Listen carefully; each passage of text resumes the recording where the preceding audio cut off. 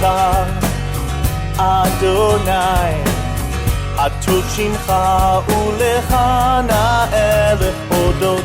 ברוך אתה, אדוני, הטוב שמך ולך נאה להודות.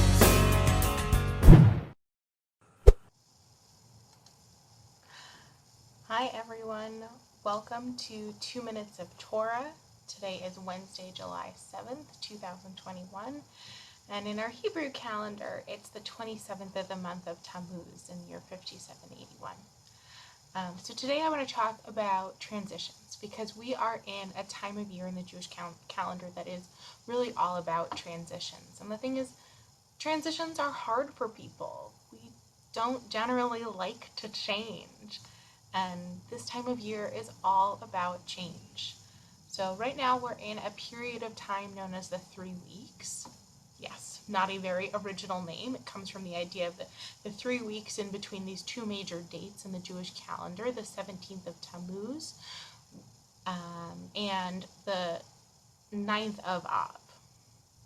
In Hebrew, we sometimes call this time of year, these 3 weeks, Bein HaMetzarim, which literally means between the straits, between the boundaries, because during this time of year, these 3 weeks, we are in between a minor day of sadness and loss in the Jewish calendar, the 17th of Tammuz, and then a major day, the 9th of Av, where we mark all of these series of destructions in the Jewish people's history, including the destruction of the first and second temples.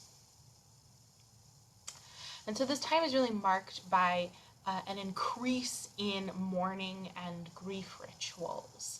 And so especially starting the beginning of the month of Av, but for some communities, even now, even starting on the 17th of Tammuz, which is like a minor fast day, and it's really just a fast from sunup to sundown, people start to take on these traditions and rituals around mourning, including refraining from cutting their hair, maybe refraining from shaving.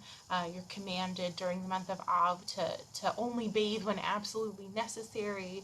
You refrain from eating meat and drinking wine unless it's Shabbat. You're really kind of limiting yourself in all of these ways.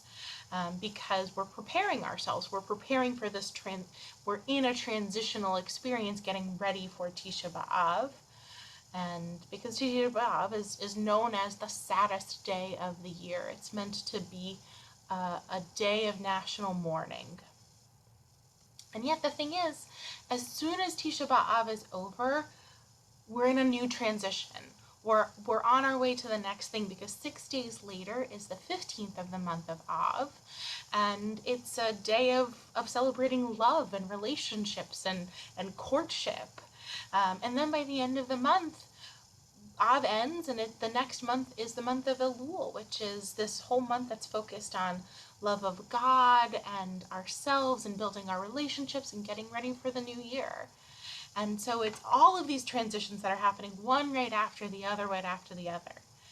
And the Talmud says when the month of Av enters, one should decrease in joy. So we're meant to do all of these mourning rituals to prepare ourselves to go into this transitional phase. But the Hasidic Rabbi Chaim Elazar Spira, who was a late 19th and early 20th century rabbi, said that though the Talmud says to decrease in joy, it should be read to decrease ... in joy. In other words, though it's proper, though we're meant to do all of these mourning rituals, we should do so, he says, joyously, knowing that better times are ahead. One of the difficulties of transition and change is experiencing the loss that's inherent within that. When we change, we lose something. But this time of year in the Jewish calendar, it can give us a model for walking through the grief and sadness of transition in order to see the possibilities that lie ahead.